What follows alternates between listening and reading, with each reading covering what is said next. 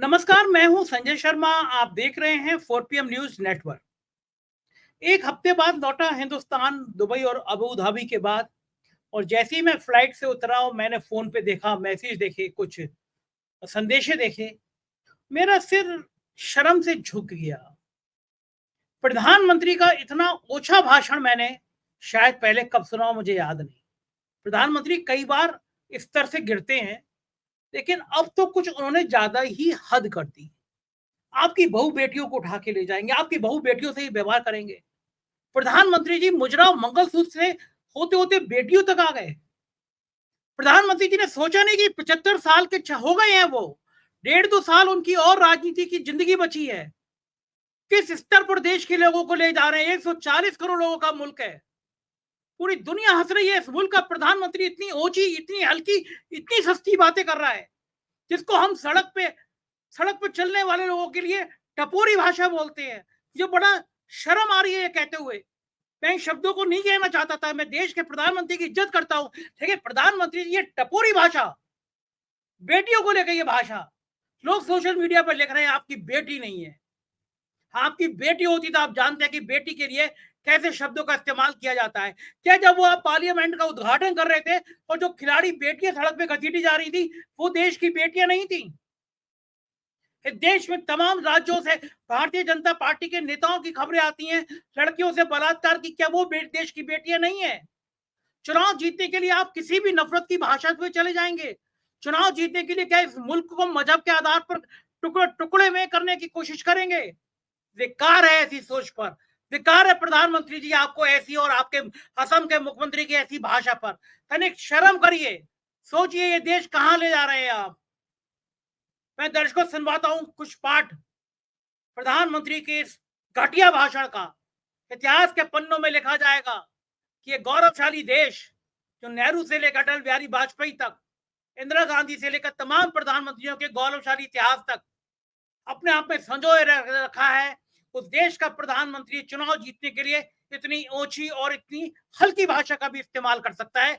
जरा सुनिए ये भाषण, फिर चलेंगे राजीव रंजन के पास, एक होनहार पत्रकार के पास, और उनसे पूछेंगे कि क्या महाराष्ट्र में नाव डगमगा रही है भाजपा की, तो प्रधानमंत्री और असम के मुख्यमंत्री ऐसी भाषाओं पर उतर आए। जरा सुनिए ये वीडियो। ये तीनों दल घुसपैठिया समर्थक है। बांग्लादेशी घुसपैठियों के वोट पाने के लिए ये इन घुसपैठियों को पूरे झारखंड में बसा रहे हैं। जब स्कूलों में सरस्वती वंदना तक पर रोक लगने लगे तो पता चलता है कि खतरा कितना बड़ा है। जब तीज त्योहारों में पत्थरबाजी होने लगे, माता दुर्गा को भी रोक दिया जाए। जब कर्फ्यू लगने लगे तो पता चलता है कि स्थिति कितनी खतरनाक है। जब बेटियों के साथ शादी के नाम पर छल कपट होने लगे तो पता चलता है कि पानी सिर के ऊपर से गुजरने लगा है। सुना आपने, ये प्रधानमंत्री की भाषा है। ये इस मुल्क के गौरवशाली इतिहास को समेटे हुए हिंदुस्तान के प्रधानमंत्री की भाषा है। शर्म आ रही है मुझे, आज शर्म आ रही है। मैं उन देशों में होके आया हूं, दुबई, अबू धाबी में, जहां नियम कानून से लोग अपने आप रहते हैं, किसी को कोई किसी मजहब के लिए नहीं कहता। वहां हिंदुस्तान और पाकिस्तान के लोग भी प्यार से रहते हैं, और यहाँ देश का प्रधानमंत्री ऐसी हिंसा के लिए उकसाता है। चलते हैं राजीव रंजन जी के पास और पूछते हैं कि प्रधानमंत्री का इतना संतुलन गड़बड़ाया तो क्यों गड़बड़ाया।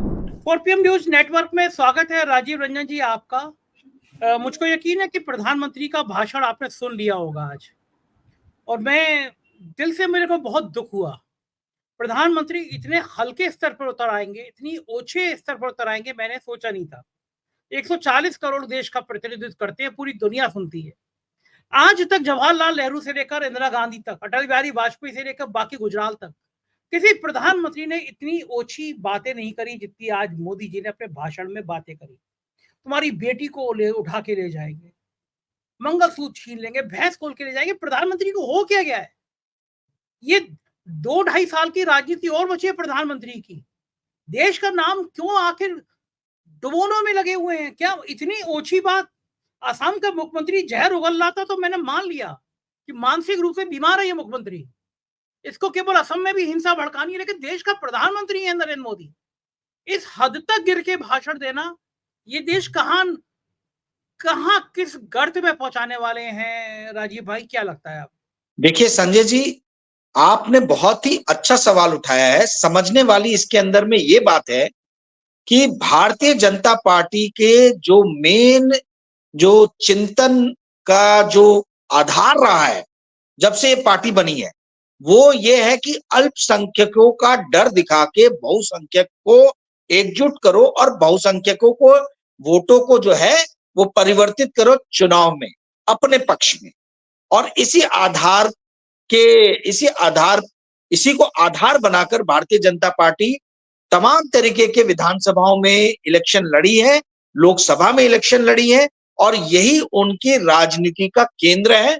इसीलिए हमें किसी भी तरीके से आश्चर्यचकित नहीं होना चाहिए यदि हम देश के प्रधानमंत्री या भारतीय जनता पार्टी शासित किसी भी राज्य के मुख्यमंत्री द्वारा ऐसी उल जुलूल अलवा बलवा बकवास बातों को सुने। देखिए, एक चीज को समझिए संजय जी, भारतीय जनता पार्टी जो है, जो नरेंद्र मोदी के जो शासन है, उसका जो बेस है वो ये है कि कैसे भी इस देश को रूल बाय लॉ जो है वो शासन किया जाए, ना कि रूल ऑफ लॉ द्वारा। रूल बाय लॉ का अर्थ ये है कि सरकार के पास में इस देश के तमाम नियम कानून है समाज को नियंत्रित करने के लिए, आपको और मुझको नियंत्रित करने के लिए। परंतु मैं, आप या ये समाज जब सरकार को नियंत्रित करने की बात सोचे तो हमारे पास कुछ है ही नहीं, हम इस सरकार को नियंत्रित नहीं कर सकते हैं। रूल बाय लॉ जो है वो आज की डेट में चरम पे चला गया है। रूल ऑफ लॉ के बारे में कोई नहीं सोच रहा है इस देश के अंदर में। रूल ऑफ लॉ जब से नरेंद्र मोदी आए हैं तब से रूल ऑफ लॉ द्वारा ये देश संचालित नहीं हो रहा है, क्योंकि यहां पर मेरे पास में, आपके पास में, समाज के पास में कोई अधिकार, कोई विकल्प नहीं है कि हम सरकार को जो है वो नियंत्रित करें। ये कैसा प्रजातंत्र है? ये किस तरीके का प्रजातंत्र है जहां पर जनता के पास में अधिकार नहीं है कि वो अपने शासकों को या सरकार को जो है वो नियंत्रित कर सके किसी भी तरीके से। कोई भी मुख्यमंत्री आके कुछ भी हेट स्पीच देके चला जा रहा है, किसी भी इस देश के समाज या धर्म को मानने वाले, अनुसरण करने वाले लोगों के खिलाफ अकवास बकवास करके चला जा रहा है, और इस देश की जनता हाथ पे हाथ धर के बैठी हुई है। ऐसे टाइम में ये देश जो है रूल ऑफ लॉ से गवाह नहीं हो रहा है। कहां है सुप्रीम कोर्ट? आप पूछिए सुप्रीम कोर्ट को, कहा क्यों नहीं वो संज्ञान ले रहा है? कहां है इलेक्शन कमीशन? जितनी भी अथॉरिटीज बनाई गई थी, जितने भी, देखिए, प्रजातंत्र को, एक देश को चलाने में बहुत सारे जो है ऑर्गेनाइजेशन जो है, संस्थाएं जो है, उनका योगदान होता है। क्यों साउथ कोरिया जो है वो एक सफल देश माना जाता है और नॉर्थ कोरिया एक विफल देश माना जाता है? क्यों आज तक भारत को जो है वो एक सफल देश माना जाता रहा है और पाकिस्तान जो है एक विफल देश के रूप में जाना जाता रहा है? क्योंकि भारत में, साउथ कोरिया में, यहाँ पे बहुत ही ज्यादा एक प्रज्वलित जो है एक संस्थान का एक कल्चर है, ऑर्गेनाइजेशनल कल्चर है। यहाँ पे ऑर्गेनाइजेशन है जहां पे चेक एंड बैलेंस की नीतियां हैं। अगर यदि कोई एक ऑर्गेनाइजेशन गलत काम करता है या उसके शीर्ष पे बैठा हुआ आदमी गलत काम करता है तो उस पर अंकुश लगाने के लिए दूसरे ऑर्गेनाइजेशन है। पर नरेंद्र मोदी जब से आए हैं, आप देखिए जितने भी संस्थान हैं, चाहे वो सुप्रीम कोर्ट हो, चाहे वो सीएजी हो, चाहे वो सीबीआई हो, चाहे वो ईडी हो, चाहे वो डीआरआई हो, सारे के सारे संस्थानों का जो है वो, मतलब आप समझिए, ह्रास हुआ है। सब के सब कंपटीशन कर रहे हैं कि कौन कितने तेजी से नीचे की तरफ गिरता है।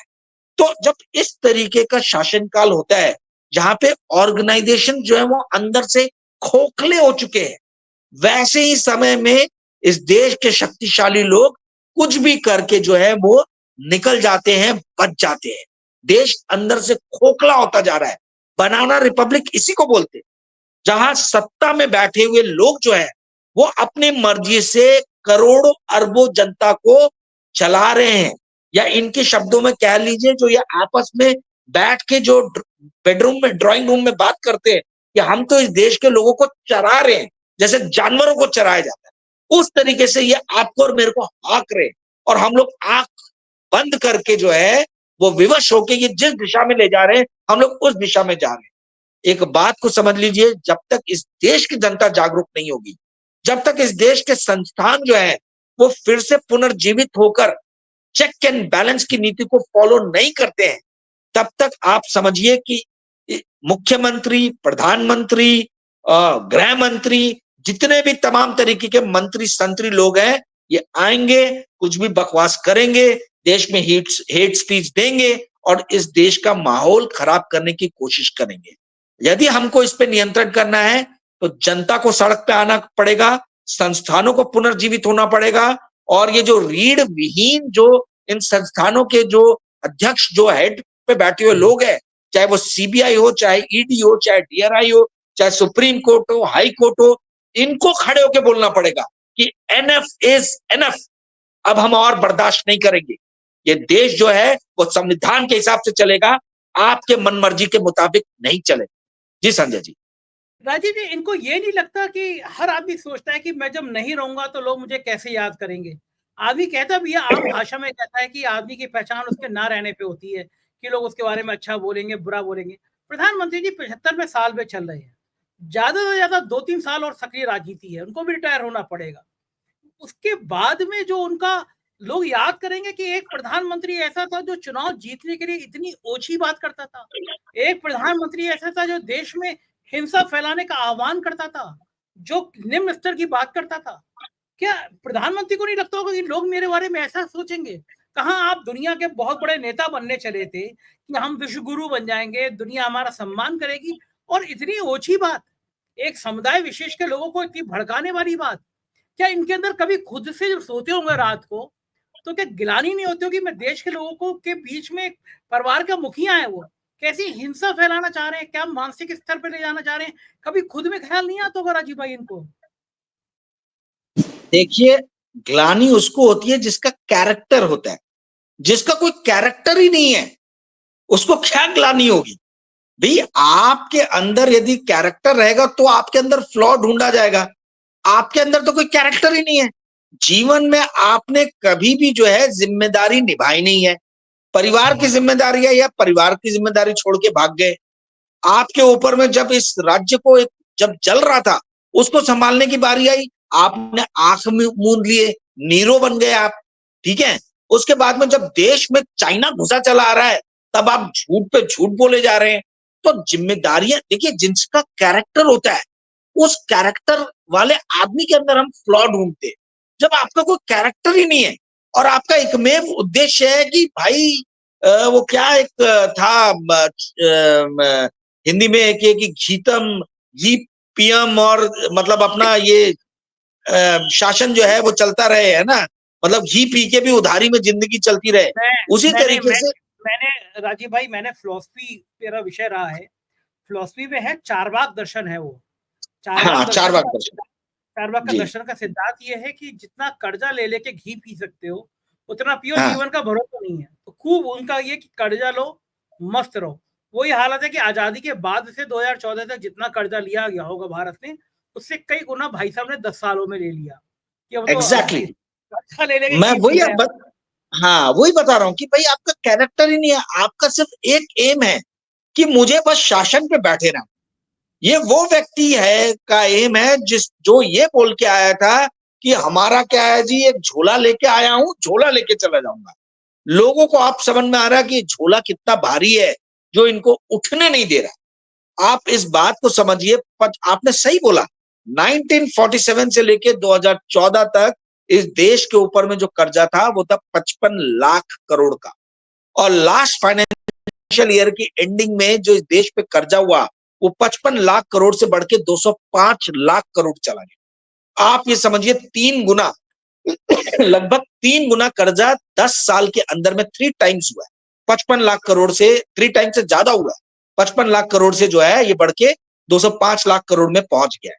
तो जो आपने सवाल पूछा कि नींद आती होगी नहीं आती होगी, भाई वो तो नींद तब आएगी जब आपका कोई कैरेक्टर होगा। जब आपका कोई कैरेक्टर ही नहीं, आप सोचते नहीं हो, आपका सिर्फ एक ही एम है कि भाई मुझे कैसे भी शासन करते चले जाना है। इसमें नींद नहीं आने का जो सवाल है वो आपके मेरे जैसे जनता का है, जो पढ़े लिखे जो इंटेलेक्चुअल लोगों की नींद कहाँ गई है। संस्थानों, संवैधानिक संस्थान जो है, इसके शीर्ष पदों पे बैठे हुए लोग जो है, मेरा सवाल यह है कि क्या उनको नींद आ रही है? कहाँ है बाबा रामदेव? ढूंढिए उनको और उनसे प्रश्न कीजिए कि क्या सिर्फ जब कांग्रेस की सरकार आती है तभी आपको इस देश के अंदर में भ्रष्टाचार होते हुए नजर आता है? तभी आपको इस देश में नजर आता है कि संवैधानिक पदों पे बैठे हुए लोग जो है अपने पदों का दुरुपयोग कर रहे हैं? ढूंढिए अन्ना हजारे को और पूछिए उनसे ये प्रश्न कि क्या जब कांग्रेस की सरकार आती है तभी आपको लगता है कि संवैधानिक पदों पे बैठे हुए लोग जो है अपने सत्ता का दुरुपयोग कर रहे हैं? ढूंढिए श्री श्री रविशंकर जी को और उनसे सवाल पूछिए। ये सारे लोगों को जो जिन्होंने 2014 के पहले सिविल सोसाइटी के नाम पे तमाम तरीके के जो प्रश्न उठाए थे, मेरा सवाल है कि ये लोग कहाँ हैं? इनको कैसे मोदी सरकार ने बाय आउट कर लिया, मुझे ये समझ में नहीं आ रहा। इस देश का मीडिया जो है कंप्लीटली बाय आउट है, सोल्ड सोल्ड मीडिया है। कंप्लीटली जो है इस मीडिया ने सरेंडर कर दिया है। सिर्फ और सिर्फ इस बात की कोशिश की जा रही है कि किसी भी तरीके से भाजपा के अधीन में, मोदी जी के अधीन में शासन चलता रहे, चाहे वो किसी भी तरीके की नीतियों को लाए, चाहे इस देश के अंदर में कितनी भी हेट स्पीच हो, चाहे इस देश के अंदर में कितना भी माहौल खराब हो, विद्वेष फैले, उससे कोई फर्क नहीं पड़ता। ये संवैधानिक पदों पे बैठे हुए लोग जो है मौनी बाबा बन गए हैं।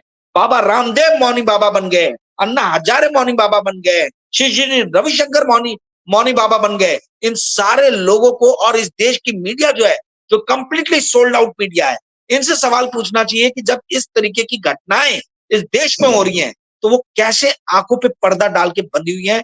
इतिहास जो है सिर्फ नरेंद्र मोदी को जो है वो याद नहीं करेगा, वो जज नहीं करेगा। इतिहास ये सारे लोगों को प्लस भारत की मीडिया के ऊपर में प्रश्न लगाएगा और उनको जज करेगा कि आप कैसे ये सारी चीजों को अपने वॉच में होने दे रहे थे, कैसे ये सारी चीजें इस देश में हो रही थी, घटित हो रही थी और इस देश का मीडिया सोया हुआ था। इस पे जरूर आगे चल के चर्चाएं होंगी संजय जी। और मुझे और आपको मीडिया कर्मी होने के कारण बहुत ही हमारे लिए शर्मसार बात है कि देश की जनता की नजरों में मीडिया का जो है वो असर कम हो रहा है। और अन्ना हजारे, बाबा रामदेव और श्री श्री रविशंकर जहां भी हैं, यदि वो 4 PM को सुन रहे हैं तो अभी भी समय है भैया, जागिए। और जैसा आपने 2014 के पहले जो है चिंतन मनन किया था उसी तरीके के चिंतन मनन कीजिए, उसी तरीके के विवेक का प्रयोग कीजिए और उसी तरीके की भाषा का इस्तेमाल कीजिए जो 2014 के पहले तक आप कर रहे थे। जी संजय जी। बिल्कुल ठीक कह रहे हैं राजीव जी। और लोग कह रहे हैं कि चूंकि आप भी महाराष्ट्र से आते हैं कि महाराष्ट्र के हालात देख के प्रधानमंत्री जी थोड़े विचलित हो गए हैं। भारतीय जनता पार्टी को लग रहा है कि महाराष्ट्र के पत्ते पिटते हुए नजर आ रहे हैं। महाराष्ट्र की स्थितियां दिन पर दिन खराब हो रही हैं। अजीत पवार ने ब्लड प्रेशर हाई कर दिया है। महाराष्ट्र में क्या है, वाकई में महाराष्ट्र के ऐसे हालात बन रहे हैं जो मोदी जी की नींद जिन्होंने उड़ा दी है? क्या है स्थिति महाराष्ट्र की, आपके पास क्या जानकारी है? देखिए, महाराष्ट्र भारत का one of the most literate state है। भारत का सबसे ज्यादा इंडस्ट्रियलाइज स्टेट है। महाराष्ट्र के लोग जागरूक है। महाराष्ट्र में 18वीं शताब्दी से ही जो है काफी सामाजिक आंदोलन हुए। बंगाल और महाराष्ट्र ये 2 राज्य भारत में जो है अपने सामाजिक आंदोलन और जो समाज के सुधार के लिए जो कार्य करते आए हैं उन लोगों के लिए जाना जाता है। महाराष्ट्र हमेशा से जो है महिला शिक्षा के लिए जाना जाता है। तो इस राज्य की जनता बहुत ज्यादा जागरूक है। उन्होंने देख लिया कि किस तरीके से इस राज्य के अंदर में जितने भी इंपॉर्टेंट प्रोजेक्ट्स थे उनको कैसे नरेंद्र मोदी जी पिछले 10-11 साल में उठा के गुजरात लेके गए और किस तरीके से देवेंद्र फडणवीस और भाजपा की तमाम जो लीडर्स, बड़े बड़े लीडर्स जो महाराष्ट्र के हैं, जो राज्य के लीडर हैं, ये किस तरीके से चुप्पी एकदम मुंह पे उंगली लगा के ये लोग बैठ गए थे जब इस राज्य से जो है एक एक करके प्रोजेक्ट जा रहे थे। तो लोगों को ये समझ में आ गया कि ये हमारे नेता नहीं है, ये हमारे हितैषी नहीं है। जब इस राज्य के अंदर में रोजगार के अवसर देने के लिए जो कांग्रेस ने पहले 2014 के पहले जो भी बोइंग का प्रोजेक्ट हो, हमारे नागपुर में एमआरओ का प्रोजेक्ट हो, ठीक है, ये जितने भी तमाम तरीके के प्रोजेक्ट थे, ये सब उठ के चले गए हैं पड़ोसी राज्य गुजरात में। तो इससे राज्य की जनता जो है, खास तौर पे जो पढ़ी लिखी जनता है, वो बहुत ज्यादा नाराज है। दूसरी नाराज होने का कारण है कि इस राज्य की जो राजनीतिक पार्टियां थी, रीजनल पार्टीज, उसको बहुत ही बुरी तरीके से तोड़ा फोड़ा गया और जिसके कारण से जो है महाराष्ट्र की बात बुलंद आवाज में उठाने वाले जो राजनीतिक दल थे, उनको समाप्त करने का प्रयास किया गया और जनता को यह समझ में आया है कि भाई हमारे मुद्दे जो उठाने वाले लोग थे, इनको तो उनकी तो पार्टियों को ही इन्होंने तोड़ दिया। तो भारतीय जनता पार्टी जो है किसी भी तरीके से हमारी हितैषी पार्टी नहीं है, ये समझ में आ रहा है लोगों को। तो ये सारे कारणों से जो है भारतीय जनता पार्टी जो है एक बैक फुट पे है, क्योंकि इनके पास में दिखाने के लिए विकास के कोई कार्य नहीं है, ज्यादा कार्य नहीं है। बॉम्बे में जो भी छुटपुट एक दो काम कर रहे हैं और गडकरी साहब ने जो रोड बनवाई है, इसके अलावा इनके पास में कोई काम नहीं है। मानव अधिकार सूचकांक ले लीजिए या आप एजुकेशन ले लीजिए, हेल्थ ले लीजिए, मतलब आप कोई सा भी सेक्टर उठा लीजिए, ऐसा नहीं है कि महाराष्ट्र ने 2014 के पहले जिस लेवल पे था उससे लंबी छलांग मार के वो आगे चला गया है। आज इस राज्य के अंदर में बेरोजगारों की फौज खड़ी हुई है। आज जो है इसके कई सिटीज जो है क्राइम सिटीज बन गए, मर्डर हो रहे, डकैती हो रही है, लूटपाट हो रहा है, बलात्कार हो रहा है। तो किस तरीके से आप जो 10 साल पहले 2014 के पहले आप जिन चीजों को लेके सत्ता में आए थे, उसमें से तो एक भी चीज के ऊपर में आप नियंत्रण नहीं कर पाए।